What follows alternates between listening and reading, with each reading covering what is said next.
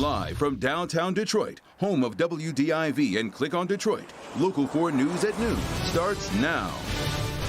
We are following breaking news here at noon as some travel restrictions are easing for fully vaccinated Canadians. But what does that change mean for those here in the United States who want to cross the border? We'll take a closer look at that. And Detroit police are increasing patrols in and around Greektown, as we've been telling you they'll be doing after recent violence there. But the question is, are the patrols working? But we do begin with breaking news out of Brighton this afternoon. That's where a police investigation is underway. Thank you for joining us. I'm Evrod Cassime. There's video on the ground, and it shows police there on the scene. It's on Woodlake Drive. This is still happening right now, and we don't have much information, but we are working on getting new details. We'll keep you updated right here on Local 4 as we gather more information for you. Of course, the other big story that we're following is increased patrols in Greektown after brawls like this one happening just a few weeks ago that went viral. Let's get out live to our Sean Lay. He joins us with more on what's going on there. With a look at if the increased police presence appears to stop criminals in their tracks this past weekend, Sean? That's what we're finding so far on this Monday at noon. If you just heard the beautiful bells at St. Anne's, you can see behind me here, beautiful day as people are heading to lunch in Greektown. But still on a Monday, we are seeing those increased patrols. Detroit police in an SUV, even in a golf cart that can help them get to other areas more quickly. Now, what I want to do is update you on what we're finding, what happened over the weekend, which was a couple of arrests and one significant, perhaps felony arrest, but had nothing to do with those big crowds and big brawls that we have seen over the past few weeks. In fact, this whole thing began late Friday around 4 o'clock. That's when the city kind of kicked off this new flooding the streets here with police, by police accompanying the building department here at Mix Nightclub, just a few blocks away in Bricktown. There was a stabbing there last weekend, you might remember, that left a man. He is still in critical condition. So Mix was closed down by the city because they didn't have even a business license. Other businesses, police say, they're going to be checked, expect to visit. Police will mandate that securities, the businesses here, bars, clubs, nightclubs, have their own security and really beef that security up to keep people safe. Over the weekend, the area was flooded with police. That's something Chief James White says is a priority for him and the department. Getting more officers on the streets, not just for hotspots and crime, but just all over the place, talking to people on foot to get more of a police presence out here. Again, we're getting an update from Detroit Police a little bit this afternoon. We'll bring it to you tonight at 5. Evrod, that's the scene right now. Beautiful day down here. All right, Sean, thank you for keeping us updated there. New this afternoon. New at noon. The FBI is raiding a home in Macomb Township now. This is video right there at the scene where it looks like agents are going through the house. They're apparently collecting evidence and looking at cars in the garage. We're going to get more information for you about this as well. We'll keep you updated with any new details from the scene there. We're also following breaking news out of Washington, D.C. this afternoon. The Supreme Court has ruled the NCAA went too far in blocking education-related aid for student athletes. The High Court says the NCAA violated antitrust laws when it limited the amount students could receive for music instruments, science equipment, post-grad scholarships, tutoring, and paid partnerships. Now, the ruling did not address the issue of whether student athletes can be paid. The NCAA saying that they would consider that issue this month. Also breaking at this hour, foreign nationals still cannot travel to Canada. Border travel restrictions between the U.S. and Canada have actually been extended another month to July 21st. Today, Canadian officials, though, announced that fully vaccinated Canadians and permanent residents will be able to enter Canada and not need to quarantine. That's going to start on July 5th. But those entering will still need to show documents proving that they received doses of the vaccines approved in Canada at least 14 days before entering the country. We're expecting new Michigan coronavirus vaccination and case numbers this afternoon. That'll actually be a 3-day total now for Saturday, Sunday, and Monday because the Michigan Department of Health and Human Services is no longer updating cases on the weekends. Tomorrow, Michigan is rescinding most of its remaining COVID-19 health and safety orders. That means there will no longer be sweeping state-issued mask mandates, restrictions on gathering sizes, or limits on the number of people who can dine in at a restaurant or be inside of a store or other venue. That decision comes days ahead of July 1st. That was the date that was previously set to roll back all those rules.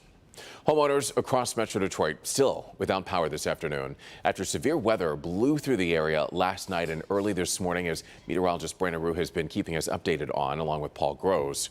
I-75 and I-94 looked like this. It was flooded due to the rain all along I-94 at Woodward as well. Overnight, I-94 at 9 Mile and St. Clair Shores was closed for a short time because of flooding there as well. Trees fell, including one in Dearborn, and this one in Harrison Township, right there on South River Road. That tree actually snapped in half. It fell onto the house and knocked down power lines.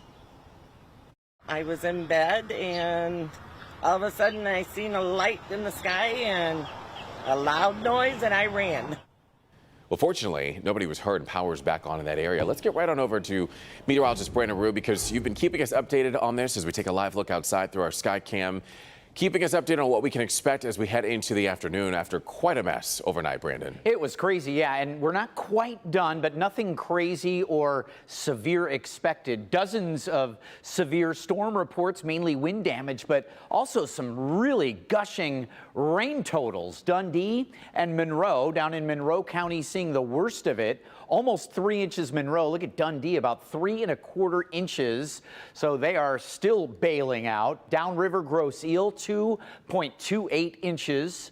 Milford Township, 2.21, and Troy, 1.81 inches. A lot of us saw around an inch of rain, but it was too much, too fast for many. So that's the flooding problem that we're still seeing. Now we have this little line mainly in our north zone, but could be some dark clouds rolling right through central Oakland County down into Washtenaw County as well. But we look live here in Ann Arbor and things are looking better and better.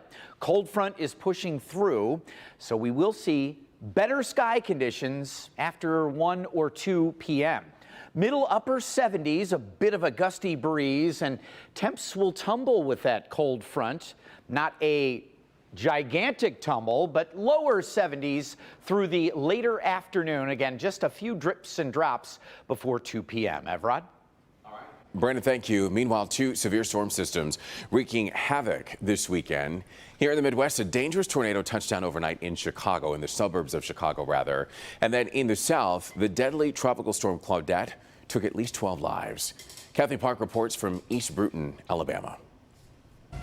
Overnight, a likely tornado ripping through the Chicago suburbs, with reports of power outages, downed trees, and extensive damage, including flooding at O'Hare Airport.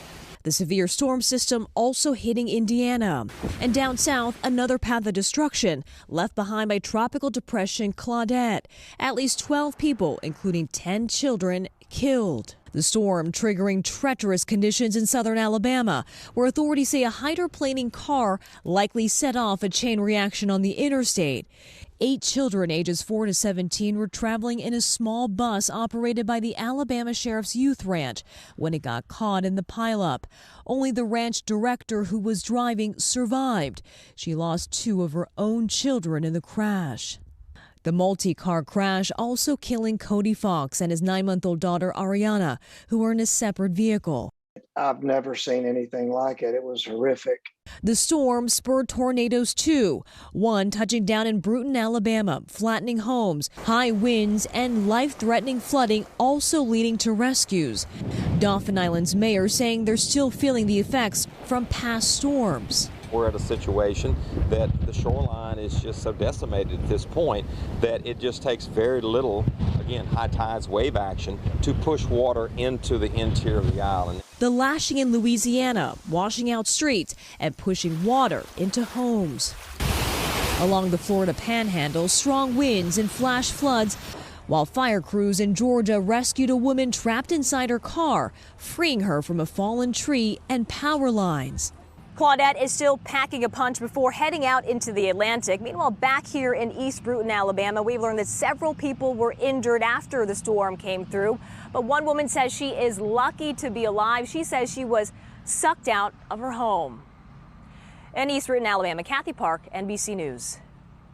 Pretty scary. Kathy, thank you.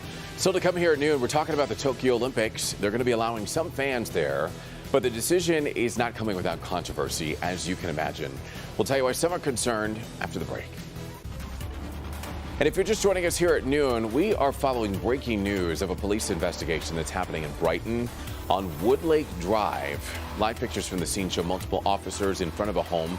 We'll show you those coming up in just a little bit here as you take a look at your screen. We'll keep you updated with any new details as we get them. Very little information coming out at this hour.